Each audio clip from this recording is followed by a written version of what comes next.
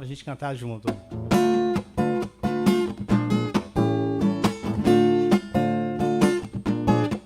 Even Shalom Aleichem, Even Shalom Aleichem, Even Shalom Aleichem, Even Shalom, Shalom, Shalom Aleichem, Even Shalom Aleichem, Even Shalom Aleichem, Even Shalom Aleichem, Even Shalom, Shalom, Shalom Aleichem.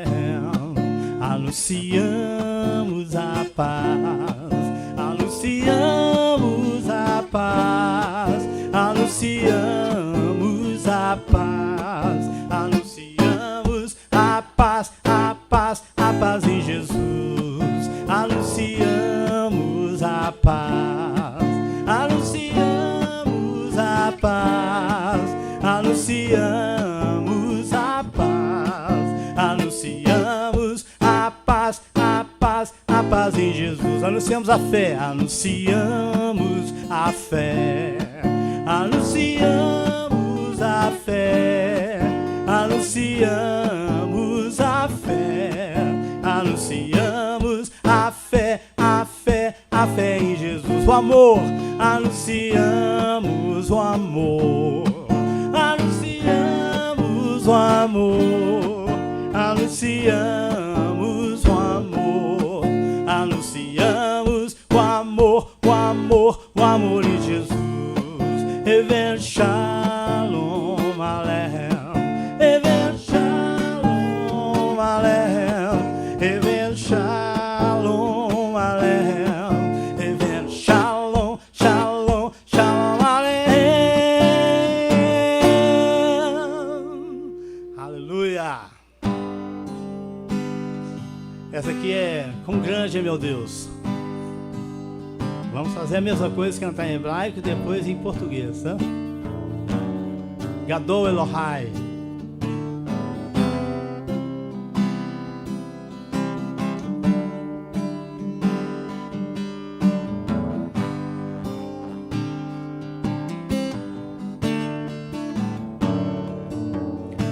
Gadol Elohai, Shiuki Gadol Elohai, Kol Echad Yireh. Gadol Elohai, Gadol Elohai,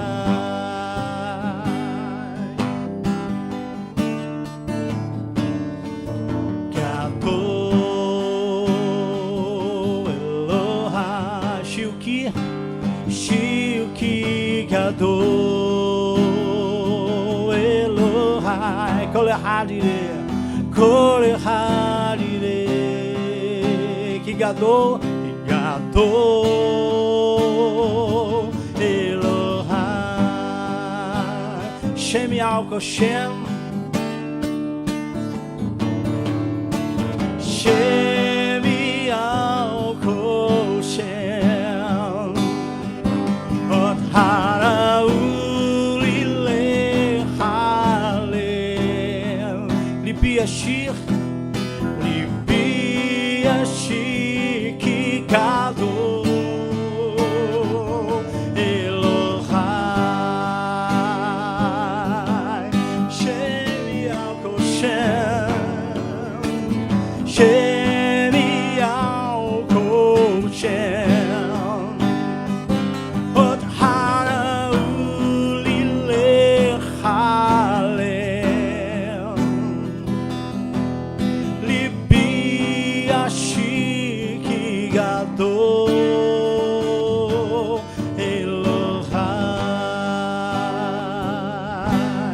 Declare: quão grande é meu Deus, quão grande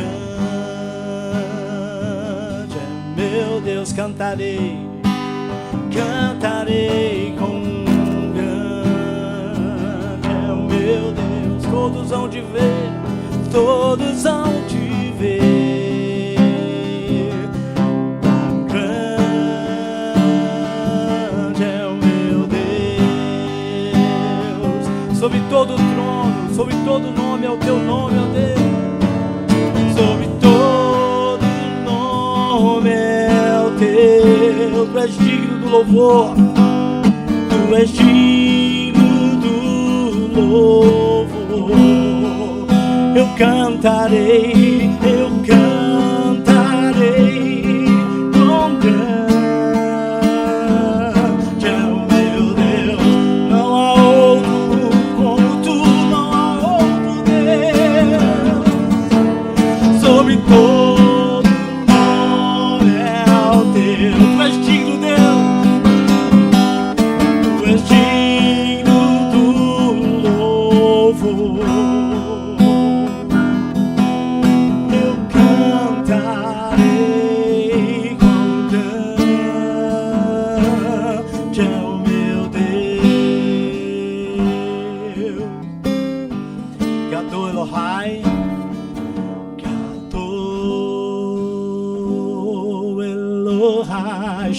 Gador, Shiuki Gador, Elohai, Kolehadire, Kolehadire, Gador, Elohai, Gador, Elohai. Tu és grande, Deus, e não há outro como tu. A tua palavra disse: só tu és Deus. Por isso estamos aqui para adorar, exaltar, proclamar as tuas verdades. Proclamar que tu és bom, que a tua misericórdia dura para sempre, que a tua fidelidade é de geração em geração. Por isso estamos aqui hoje, porque a tua misericórdia se renovou sobre nós essa manhã. E por isso podemos declarar que tu és grande, que tu és Deus, que tu és digno, que tu és poderoso.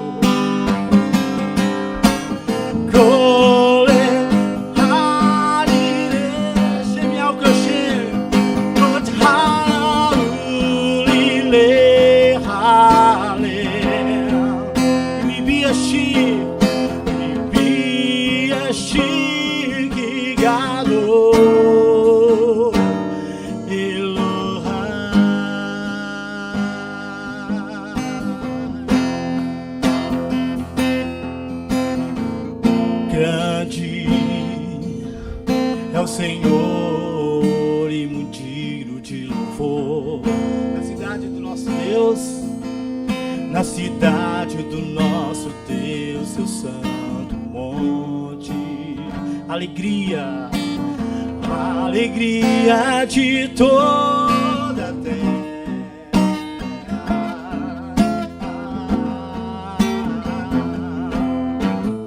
Grande é o Senhor em quem nós temos a vitória, é o Senhor em quem nós temos a vitória, que nos ajuda contra o inimigo. Por isso diante dele nos prostramos.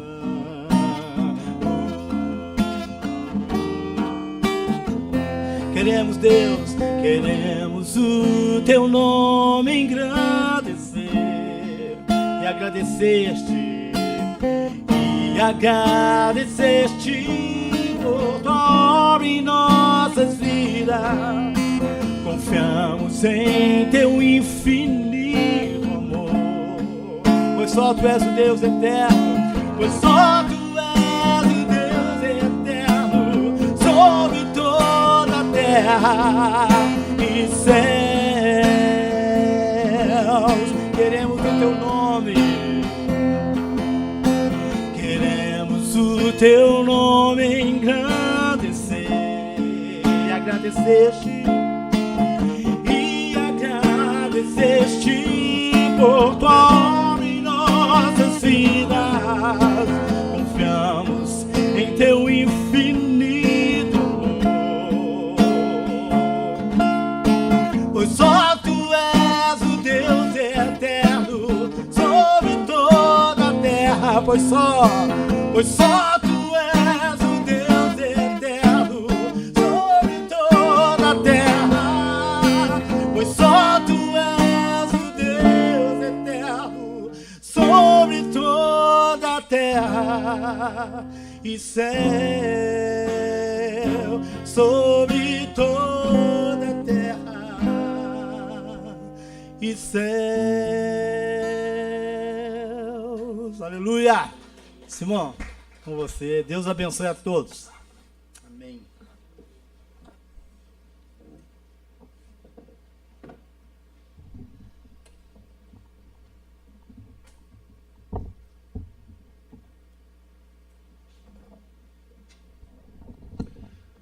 Bom dia a todos, Shabbat Shalom. Vamos começar orando, né? Se puder, vamos ficar de pé. Deus eterno, nós te louvamos, Senhor, porque estamos aqui vivos, com saúde, mais um dia na tua presença. Podemos contar com tua graça e misericórdia nas nossas vidas, podemos ter direção segundo os teus propósitos para a nossa vida, e só temos a te agradecer, Senhor. Hoje é o dia do Senhor, o dia que dedicamos a ti, o dia que temos a agradecer e pedir, Senhor, por aqueles que estão sofrendo, por aqueles que estão enfermos, que o Senhor possa visitá-los, Senhor, e trazer cura, em nome de Yeshua. Amém.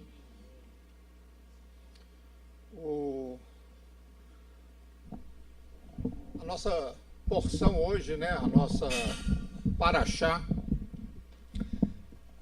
é chamada Mishpatim, que quer dizer estatutos, né, as leis. E ela está em Êxodo 21, do versículo 1 até o capítulo 24, 18, e também temos as porções dos profetas, Jeremias, temos também no Novo Testamento Mateus e completando o Salmo 72.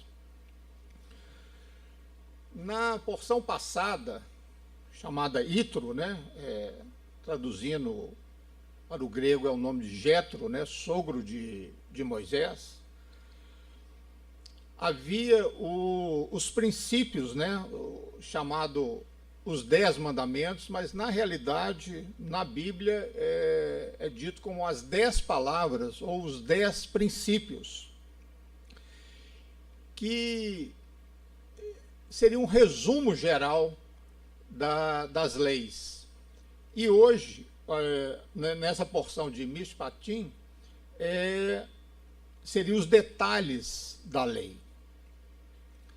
Então, a gente começa com Êxodo 21, de 2 a 6, que diz o seguinte: se você comprar um servo hebreu, ele deve servi-lo por 6 anos, mas no 7º ano ele sairá de graça, sem pagar nada. Mas se o servo declarar: eu amo meu senhor e minha esposa e filhos, e não quero ficar livre, então seu senhor deve levá-lo perante os juízes. Ele deve levá-lo até a porta ou o batente da porta e furar sua orelha com um furador. Então ele será seu servo por toda a vida. Eu fiquei me perguntando por que essa porção começa logo com esse mandamento, né, de escravidão.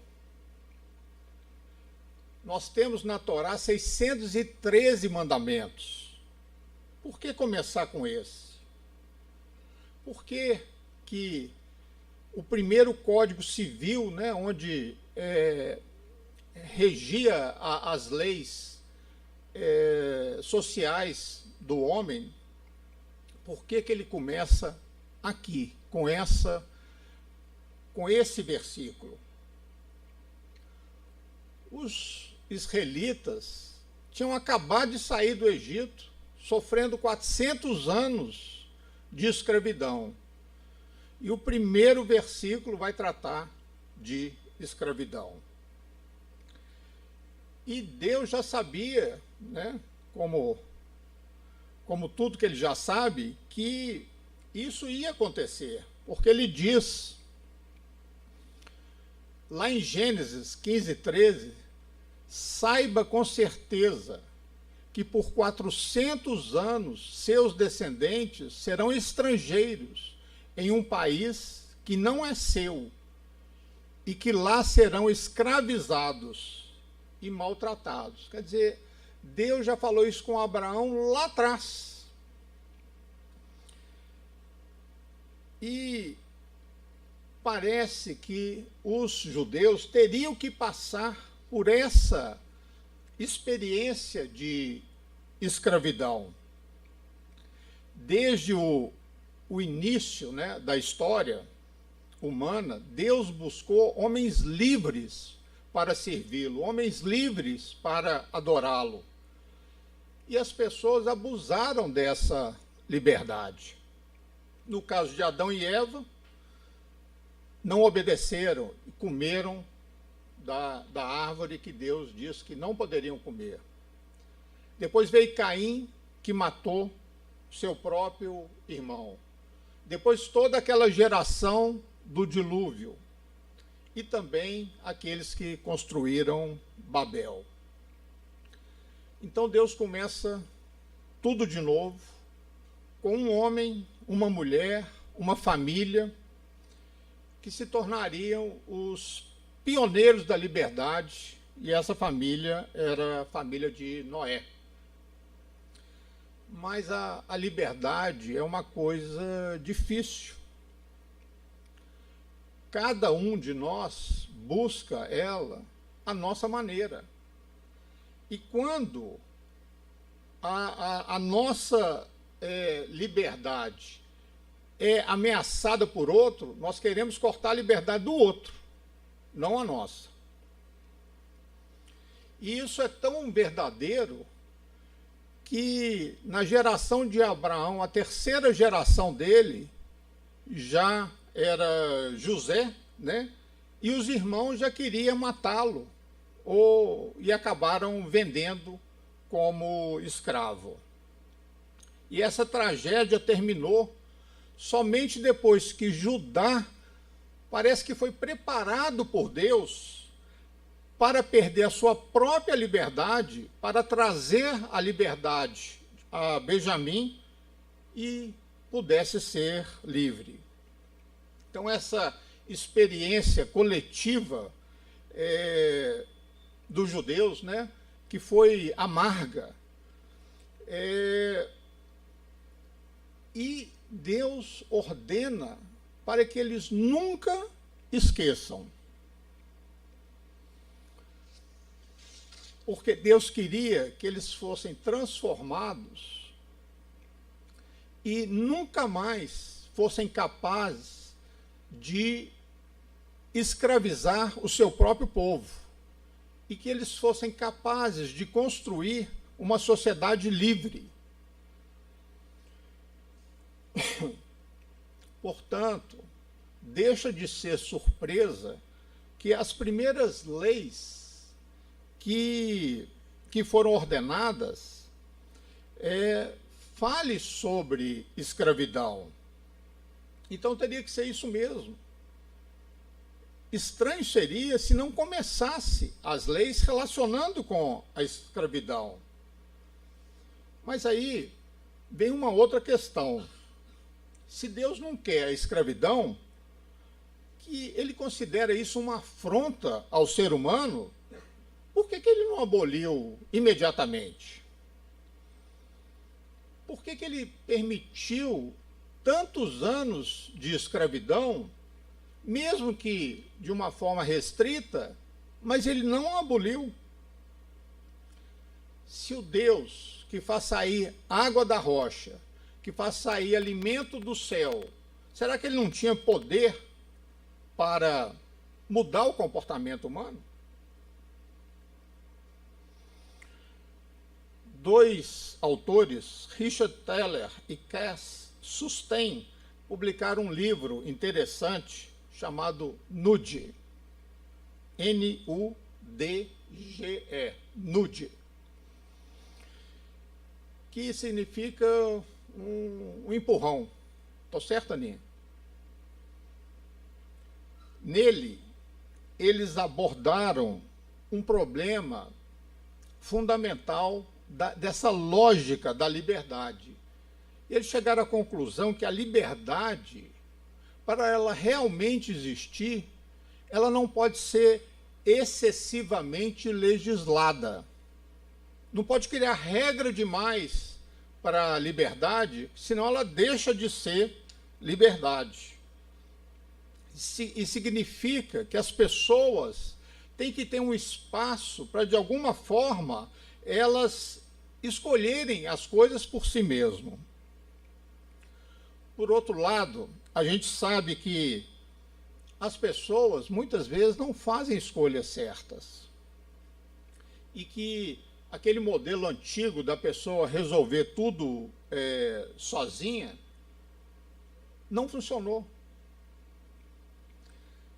E nós somos, por incrível que pareça, profundamente irracionais. E essa é uma descoberta que vários acadêmicos judeus fizeram vários livros sobre isso. Os psicólogos Solomon e Milgram mostraram o quanto a gente é influenciado e o nosso desejo em se conformar com o mundo, mesmo quando a gente sabe que aquelas pessoas estão fazendo coisas erradas. O economista Daniel Kahneman mostrou que mesmo as decisões econômicas tomadas, elas frequentemente afetam de uma forma negativa as pessoas e nós não levamos isso em conta. Kahneman ganhou o prêmio Nobel de Economia. Então, como que nós podemos impedir as pessoas de fazer coisas prejudiciais sem tirar a liberdade delas? Influenciando pessoas. Por exemplo, uma maneira simplista, né? Um supermercado, ele pode, de uma certa forma, te influenciar naquilo que você vai comprar, pondo na prateleira que está exatamente na sua visão as coisas que ele quer vender. Ou seja, um produto mais natural, ou alguma coisa que ele está com estoque alto. Tudo que ele coloca diante da sua vista vende mais do que aquilo que ele coloca lá embaixo, né?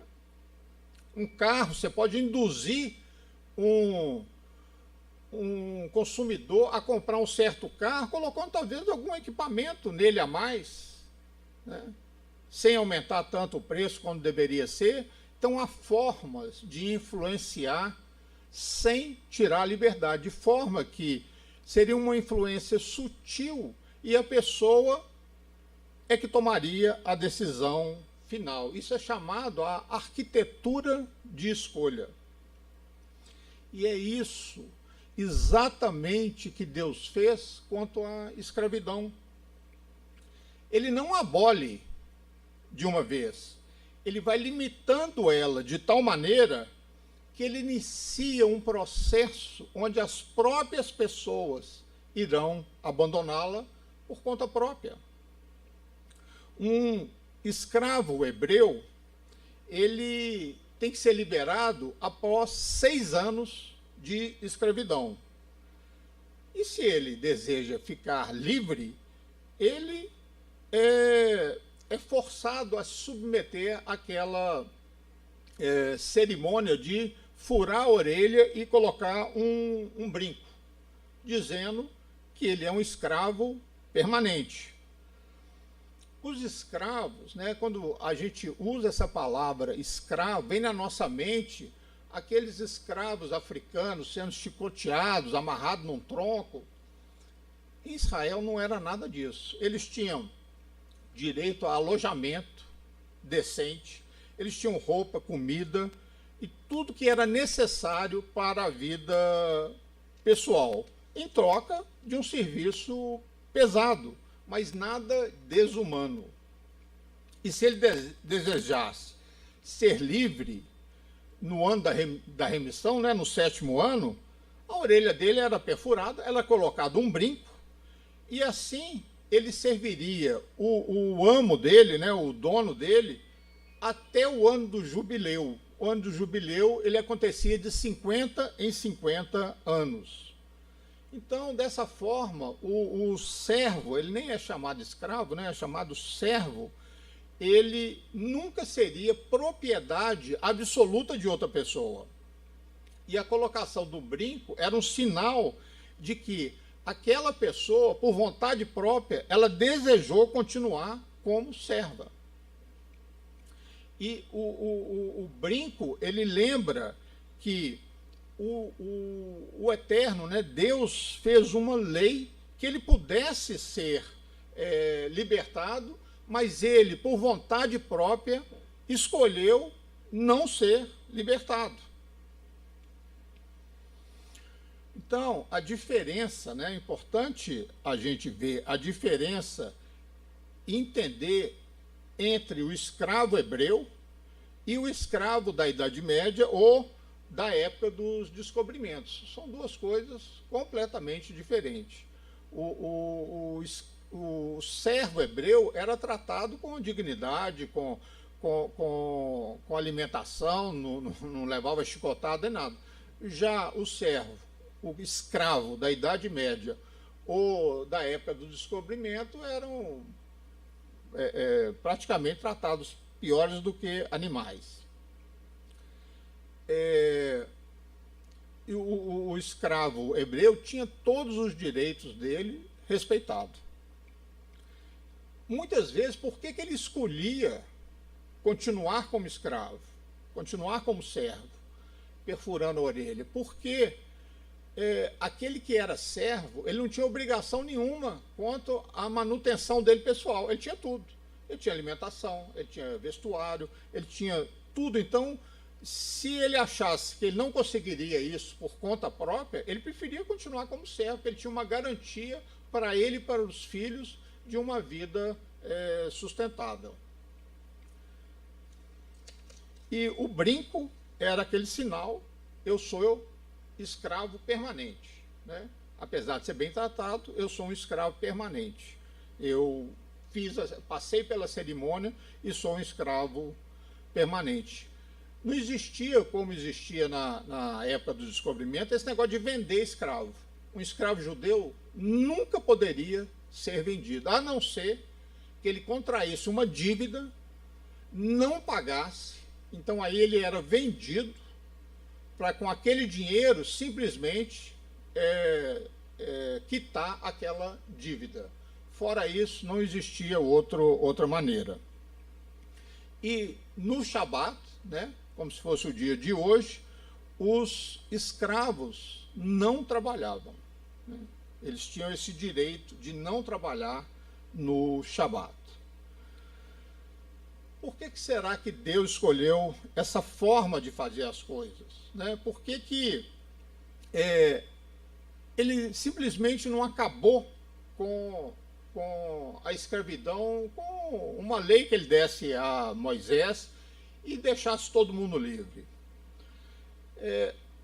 A gente vê na história, né, que durante a Revolução Francesa houve um período de terror, onde o Rousseau disse o seguinte, que os escravos deveriam ser forçados a ser livres.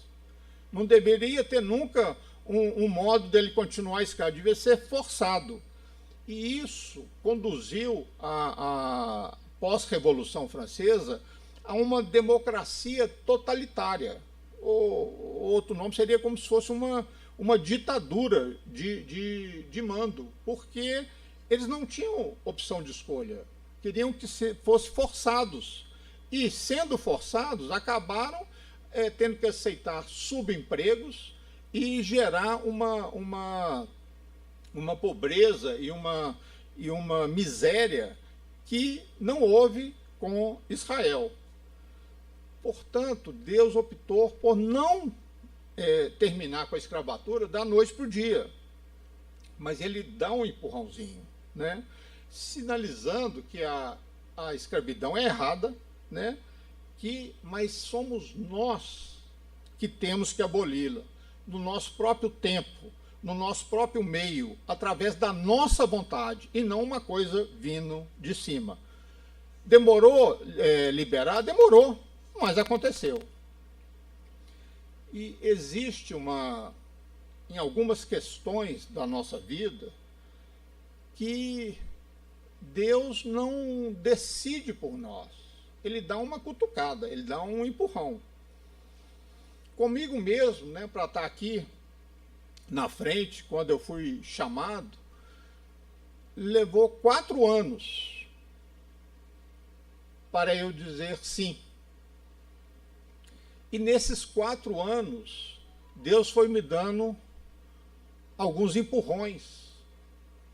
Um deles através de um sonho do Luiz Flávio, outro através de um sonho do meu filho Mateus, e várias coisas foram acontecendo e Deus me dando um empurrão para aceitar. Quando ele me deu, não digo um empurrãozinho, mas um empurrão grande, aí eu falei, não, agora é a hora, agora está certo, que é isso que ele quer, então eu digo sim. E muitas vezes é assim na nossa vida. A gente não quer largar alguma coisa que a gente está habituado e Deus vai restringindo até que você chegue ali e enxergue aonde Ele quer que você chegue. A Torá, ela é uma instrução geral que foi dada por intermédio de Moisés, mas as leis são de Deus. Muitas pessoas falam assim, as leis de Moisés. Não existe lei de Moisés. As leis são de Deus, dada a Moisés. E esses mandamentos, eles são divididos da seguinte forma. Primeiro, os estatutos. Depois, vamos falar primeiro sobre os estatutos. Os mandamentos, né, o resumo dele, como eu já disse, são os 10 mandamentos. Os estatutos são aqueles mandamentos que regem a convivência social das pessoas.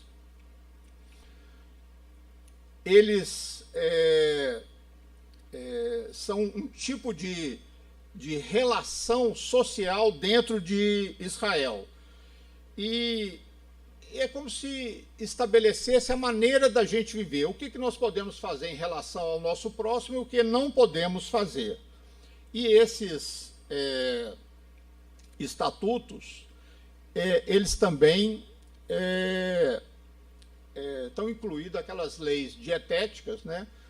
Que até a Silvia fez um vídeo sobre eles. Então, os mandamentos são divididos em estatutos, juízos e testemunhos.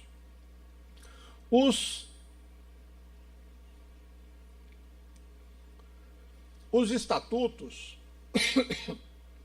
são a regulação das leis sociais dentro de Israel e a maneira da gente viver e as leis dietéticas. Já os juízos são o conjunto de leis morais e éticas, como, por exemplo, não matar, não roubar, não adulterar.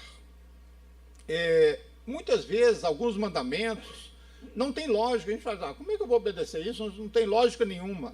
Mas Deus, ele gosta de nos dar mandamentos sem lógica para que a gente obedeça pela fé.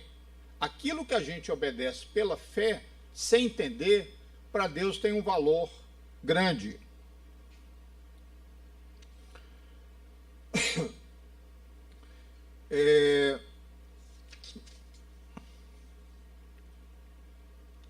Em Deuteronômio, diz o seguinte: as coisas encobertas pertencem a Yahvé, nosso Elohim, nosso Deus. Porém, as reveladas pertencem a nós e a nossos filhos para sempre, para que cumpramos todas as palavras dessa lei.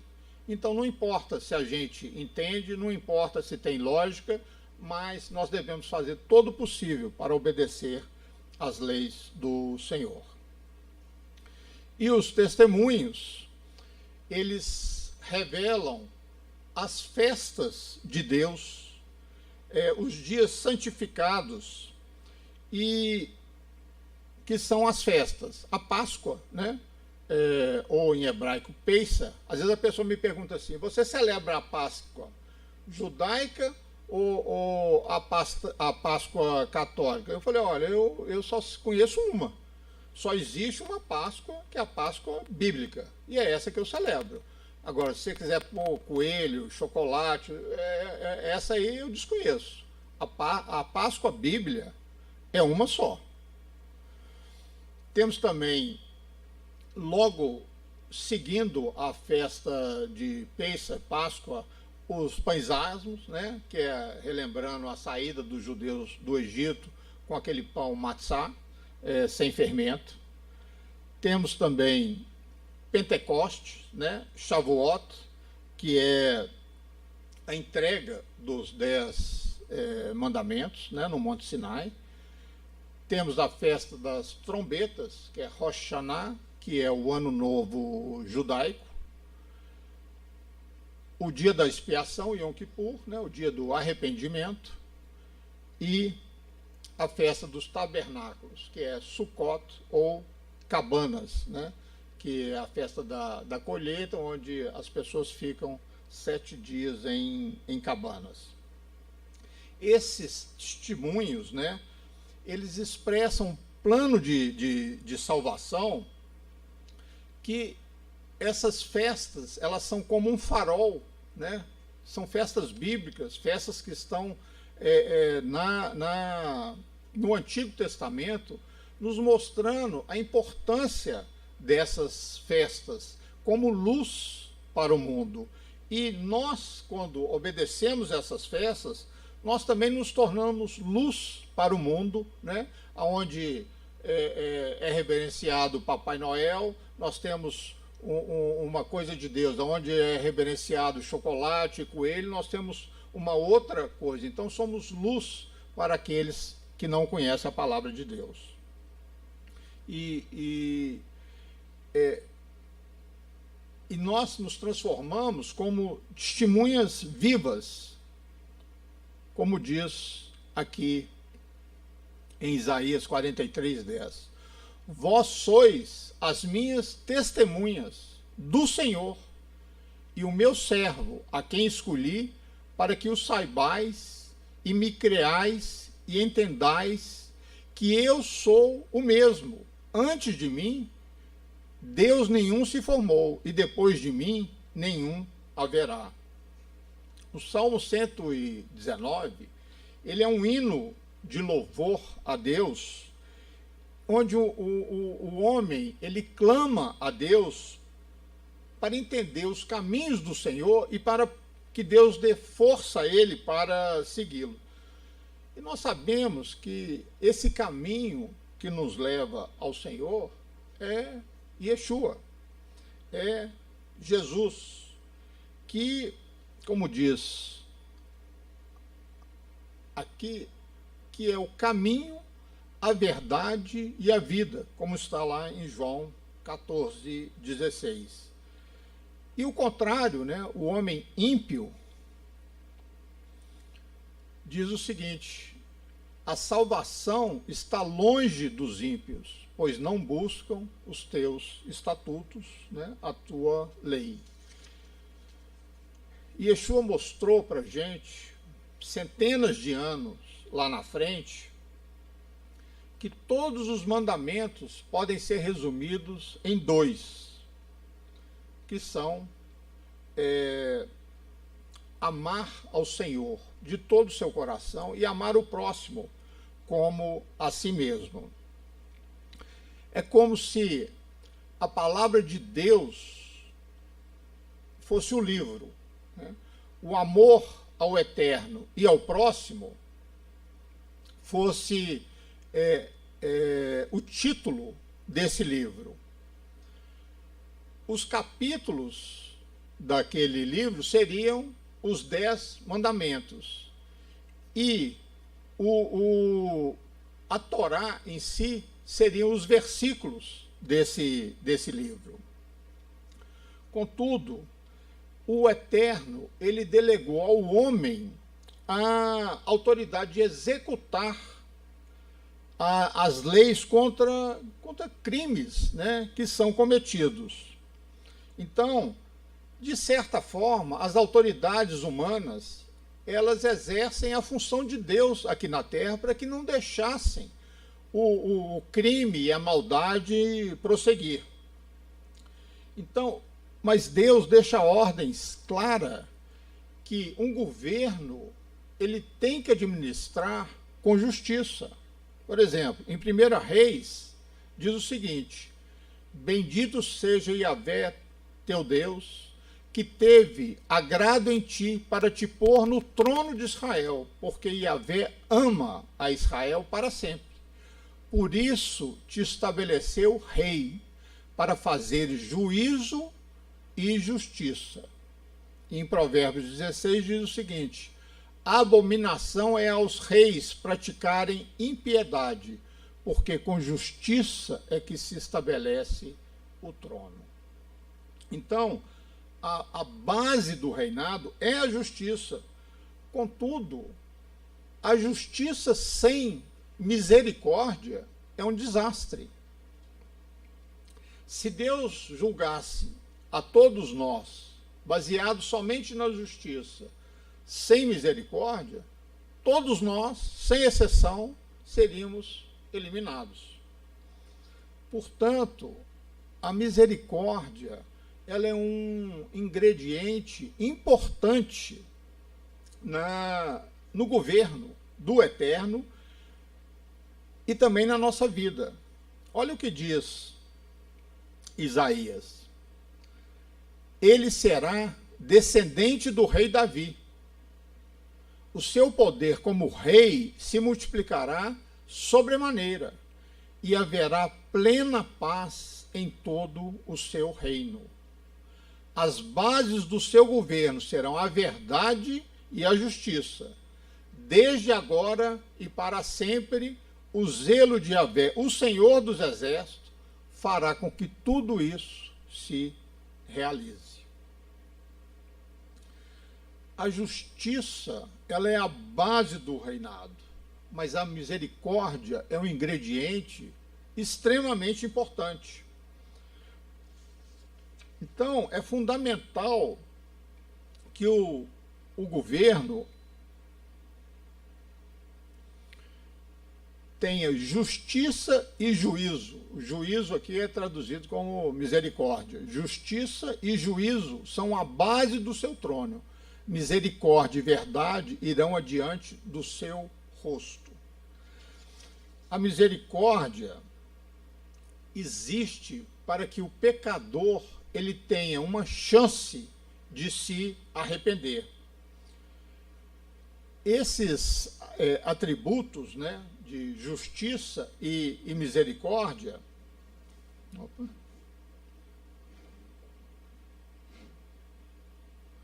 a gente pode entender isso, como a gente pode empregar isso no nosso dia a dia. Não podemos ter só justiça, não podemos ter só misericórdia. Temos que criar um equilíbrio entre justiça e misericórdia para que sigamos o propósito de Deus. Todas as vezes que um réu foi condenado na Bíblia, condenado à morte, é porque ele teve a chance de se arrepender e não se arrependeu. Então, aquele que pensa, né, que é injusto a pena de morte para um assassino cruel que não se arrependeu, tem um conceito de justiça de Deus errado. A gente sempre leva para o lado emocional, dizendo, coitado, vai ser condenado à morte e tal. Mas a justiça de Deus, ela diz isso. Aquele que matou cruelmente, sem motivo algum, e teve a chance de se arrepender e não se arrependeu, é pena de morte. Aquele que pensa que um sequestrador, que também teve a sua chance de se arrepender, não deve morrer por esse delito, não conhece a justiça de Deus, que fez o homem à sua imagem e semelhança. E essa justiça, ela é eterna. A tua justiça é justiça eterna, e a tua lei é a verdade. A misericórdia, ela só deve ser oferecida quando a pessoa se arrepende. Que aquele que não reconhece a justiça e não se arrepende de coração, ele tem que ser punido por aquilo que ele fez. Um estuprador merece a morte se ele não se arrependeu. Quando a gente aceita isso como uma coisa justa, que quando a pessoa se arrepende, ela terá aquela dose de misericórdia, e é aí que devemos aplicar a misericórdia. É importante a gente entender que a misericórdia, ela se aplica sobre a base da justiça, e não o contrário. As pessoas muitas vezes invertem, acham que primeiro a misericórdia, depois a justiça. Não. Primeiro a justiça, depois a misericórdia. Porque aquele que insiste em pecar, mais cedo ou mais tarde, vai sofrer as consequências do seu ato. O governo que não aplica a justiça, a sociedade é corrompida. As autoridades devem sempre ter em mente justiça e misericórdia. Mas se a aplicação da misericórdia faz com que o assassino, o estuprador, aquela pessoa do mal, continue a exercer a sua prática, então a sociedade ela vai se destruir, como é o caso, que exemplo que nós temos do tempo de Noé e no caso de Sodoma e Gomorra. Se a justiça não é aplicada pelas autoridades que Deus constituiu, porque a Bíblia fala que toda autoridade vem do Senhor, então o próprio Deus fará justiça. Tinha um vizinho meu que uma vez ele falou com o meu caseiro, falou assim, seu falou mal de mim, da Estela, falou, e eu só falei com ele, não quero saber não, eu vou orar por ele. Aí, passou uma semana, era carnaval, e ele foi para uma cidade de moto, ele tinha uma moto.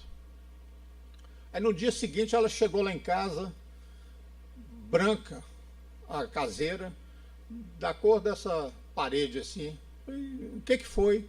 Ela falou assim, sabe aquele vizinho que falou mal de você, mal da Estela, e você não quis ouvir? Eu falei, sei. Ele teve um acidente e entrou com a moto debaixo de um caminhão e indo para o carnaval, morreu. Será que é coincidência? Nada de Deus é coincidência. Então, quando a gente faz um mal gratuito e não tem como se arrepender, não quer se arrepender, se os homens não fazem justiça, Deus faz. Talvez vocês saibam de vários casos que aconteceram assim. Mas quando a pessoa é injusta e não se arrepende, pode ter certeza que a mão de Deus ela vai pesar. Continuando. As coisas reveladas e abertas poderão ser julgadas pelos homens, mas o Eterno julgará todas as coisas ocultas. Então, nada do que fazemos, mesmo que só a gente saiba, tudo será julgado pelo Senhor.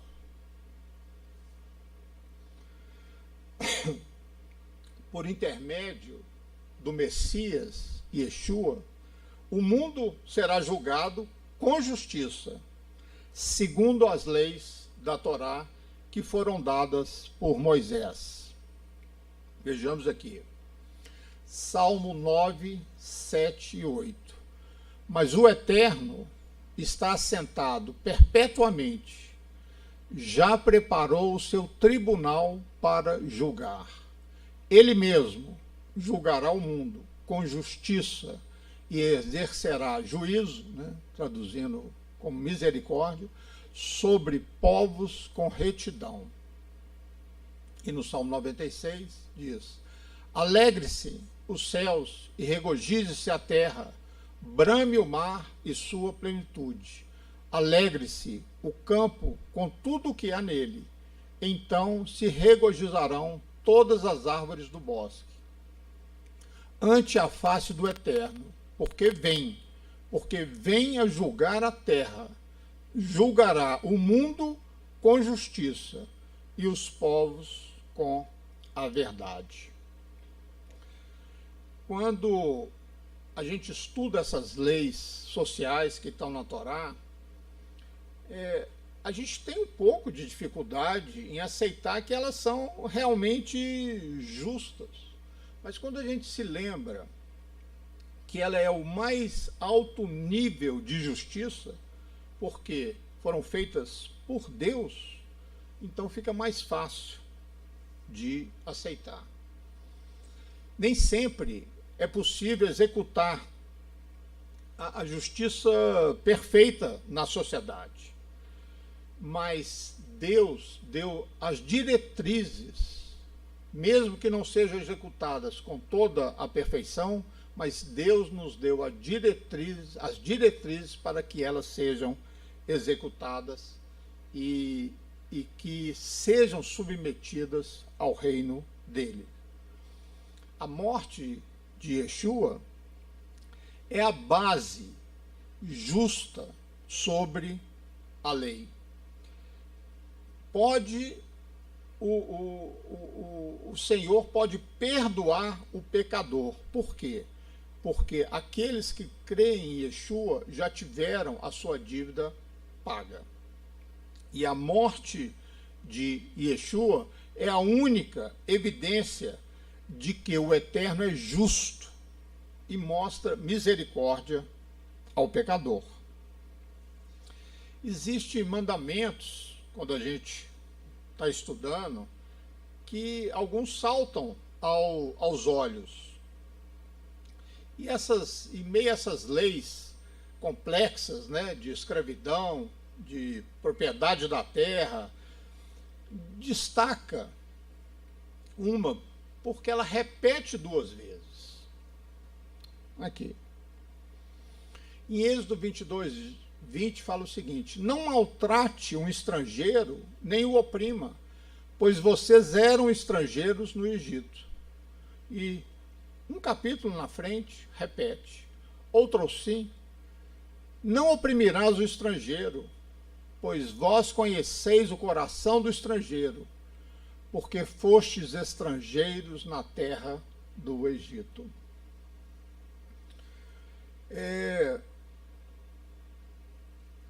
Mishpatim, essa porção, essa paraxá, ela contém muitas leis de justiça social. Ela é contra, por exemplo, a pessoa tem uma vantagem sobre a viúva, sobre o órfão. Ela é contra você cobrar juros por um empréstimo feito a uma pessoa da comunidade. Ela é contra, né, suborno, contra a injustiça. Então Moisés, quando teve um filho, deu o nome nele, na tradução correta seria Gerson, né? A gente traduz como Gerson. Mas o nome Ger significa estrangeiro. Por que Moisés deu esse nome ao filho dele? Porque ele foi estrangeiro na terra dos midianitas. Então, o que é o estrangeiro, né? É toda aquela pessoa que não quer dizer que ela tenha só vindo de outro país. Muitas vezes veio de outro país, mas é aquela pessoa que chega a nós e que acredita em coisas diferentes do que nós cremos. Então, ele é um estrangeiro aqui para nós.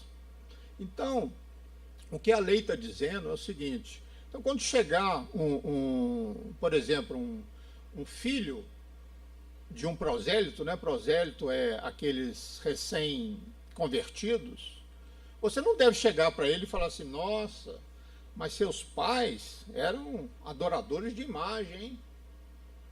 Isso é uma forma de opressão, porque está escrito: não maltrate um estrangeiro, nem o oprima. Então, se chega uma pessoa aqui que crê, que seja católico, que seja de qualquer outra religião, nós não devemos nunca oprimi-la. Ah, você adora imagem, você faz o que é proibido com a lei. Não. Os sábios, né, nos dizem que a Torá adverte contra esse tipo de comportamento, que há 36 versículos na Torá advertindo contra isso. Outros sábios dizem que são 46. Eu, falar a verdade para vocês, não conferi quantos são. Mas, seja o número que for, nós sabemos que o fato de repetir o mesmo mandamento é uma coisa que a gente deve ficar atento. Em várias ocasiões, a Torá diz: você deve ter a mesma lei para o estrangeiro e para o nativo. E não só o estrangeiro não deve ser injustiçado, mas você deve criar maneiras de incluí-lo no seu viver, no seu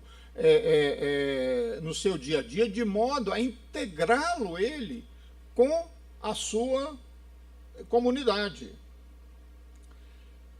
E outra coisa mais estranha que diz é que ele deve ser amado. Quando um estrangeiro morar com você em sua terra, né, na mesma região que você, não maltrate. O estrangeiro que mora com você deve ser tratado como um de seus nativos. Ame-o como a si mesmo, pois vocês eram estrangeiros no Egito. Eu sou o Senhor, seu Deus. Qual que é a lógica desse mandamento? O Rabino Narmandes, ele diz o seguinte: não faça mal a um estrangeiro ou não o oprima, pensando que ninguém pode livrá-lo da sua mão, porque você sabe que era estrangeiro na terra do Egito. E Deus viu a opressão com que os egípcios te oprimiam. E Deus vingou a sua causa sobre eles, porque Deus vê as lágrimas dos oprimidos, que não têm consolador. Da mesma forma, não aflija a viúva e o órfão, porque eu ouço, Deus falando, eu ouço o seu clamor, pois todas essas pessoas não confiam em si mesmas, elas colocam a sua confiança em mim. E em outro versículo ele acrescentou: porque você sabe o que é ser um estrangeiro, porque você já foi estrangeiro no Egito. Você sabe que o estrangeiro quase sempre está deprimido, ele está suspirando, chorando, Os seus olhos estão sempre voltados para Deus. Portanto, o Eterno exerce misericórdia e mostra misericórdia a ele, como mostrou a você no Egito. E mostra misericórdia a todos aqueles que são oprimidos e são injustiçados. De acordo com Narmandes, o mandamento tem duas dimensões. Primeiro, é com relação à solidão que o estrangeiro enfrenta quando ele não está integrado.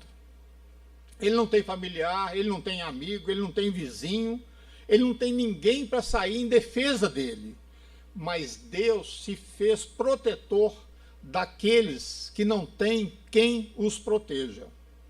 Então essa é a dimensão política. A segunda é a vulnerabilidade psicológica do estrangeiro.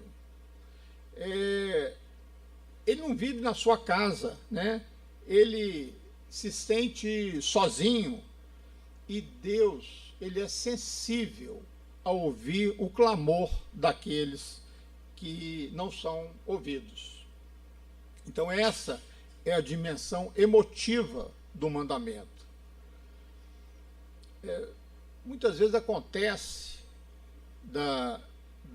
dos israelitas, de um modo geral, se vangloriarem da aliança com Deus e desprezarem aqueles como se eles fossem uma linhagem inferior. Mas Deus nos instrui a não nos sentirmos superiores a ninguém. E, em vez disso, nos lembrar que nós fomos escravos no Egito. E nós já experimentamos isso. Então, nós temos que agir diferente com os outros.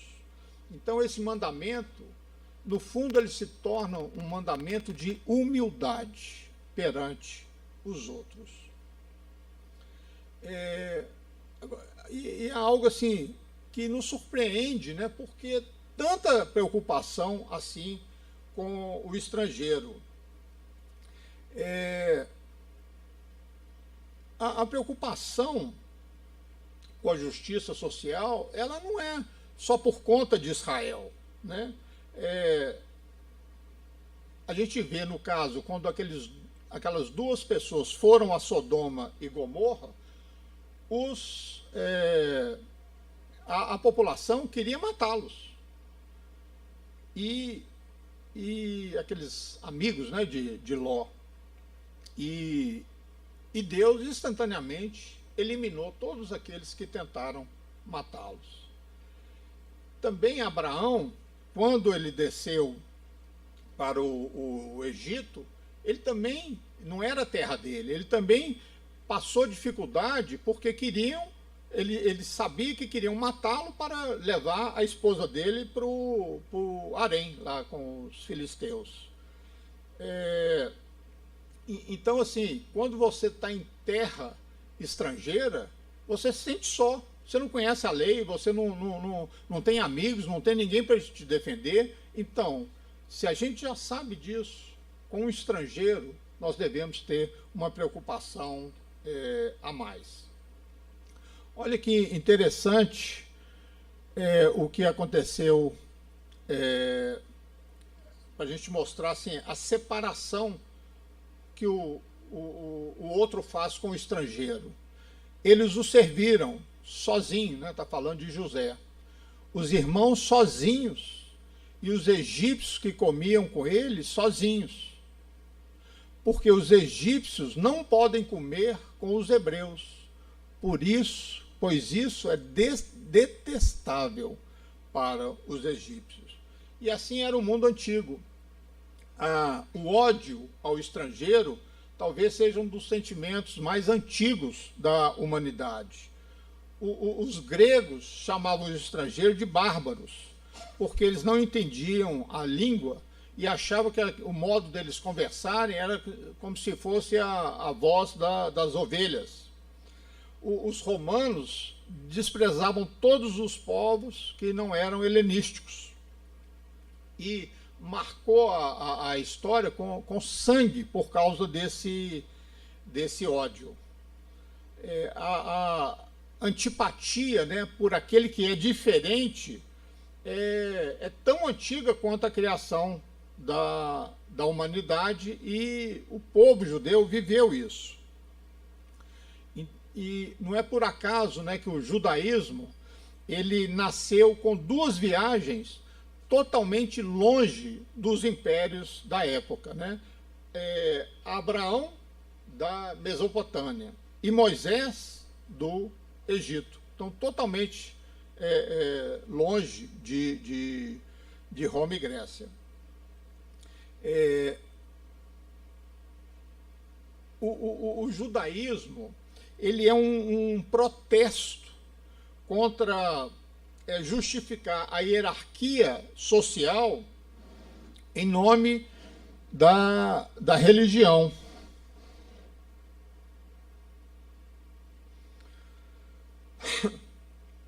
E outra é submeter as massas de maneira que faz projetos que a pessoa acaba entrando, como o caso de Babel e a escravidão no Egito acarretou. Ser judeu é ser um estrangeiro. É difícil a gente evitar a conclusão de que Abraão foi ordenado a deixar a sua terra para ir, e o seu lar, né, a sua família, a casa do seu pai, para se tornar um estrangeiro. Isso, com certeza, foi um princípio desse ensinamento que Deus estava pondo em Abraão para que fosse passado a todo o povo, que o judeu foi criado lá na frente, no Monte Sinai, apesar de já existir a parte oral.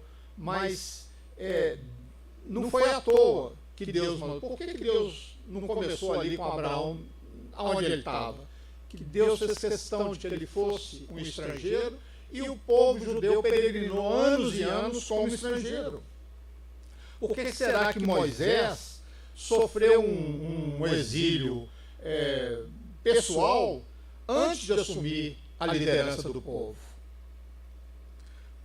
Por que os israelitas sofreram uma perseguição por outros povos antes da Terra Prometida? Por que a Torá ela é tão insistente nessa história da Páscoa, né, que é a libertação dos judeus do Egito, está incluído na celebração o pão sem fermento e as ervas amargas, e manda tornar isso uma coisa, a memória de ano para ano, ser passado de pais para filhos. Então, é interessante a gente compreender por que a Torá levou tão a sério a xenofobia, que é o ódio ao estrangeiro. Apenas a história contada e a memória na sua cabeça, que é o único ingrediente forte o suficiente para servir de contrapeso contra o ódio. E a Torá pergunta: por que você não deveria odiar o estrangeiro? Porque você já esteve lá. Você já foi um estrangeiro lá no Egito. Se você é humano, ele também é. Vocês estavam em iguais condições. Se ele é menos humano, você também é menos humano. As condições eram as mesmas.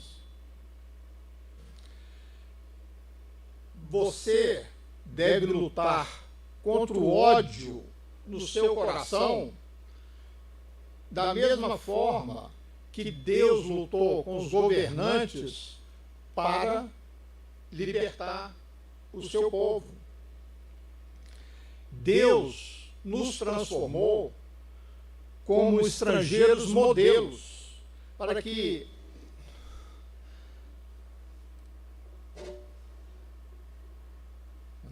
contrapeso aqui para ver se segura.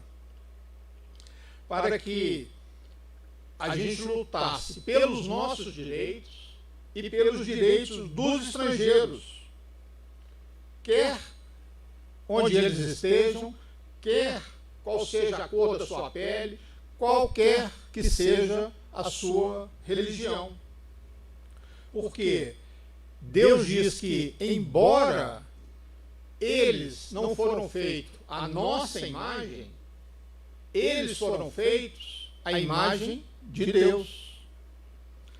E existe apenas uma resposta que é forte o suficiente para responder à pergunta: por que eu não deveria odiar o estrangeiro?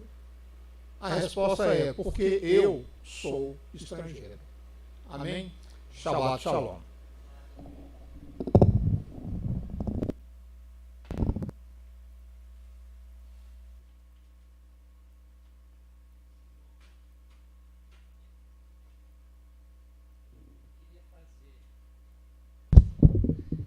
Eu queria fazer um comentário aqui sobre esse tema que o Simão trouxe, que eu achei muito relevante no dia de hoje, que é o seguinte: o Simão falou muito hoje aqui em leis e justiça.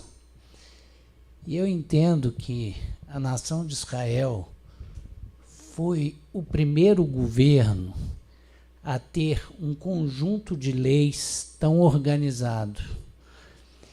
E o que Deus queria nos ensinar com isso? Qual que é o papel de um governo? Eu entendo que um governo tem pelo menos 3 funções básicas. A primeira delas é prover a arbitragem justa para uma comunidade. E acho que era isso que Deus queria ensinar a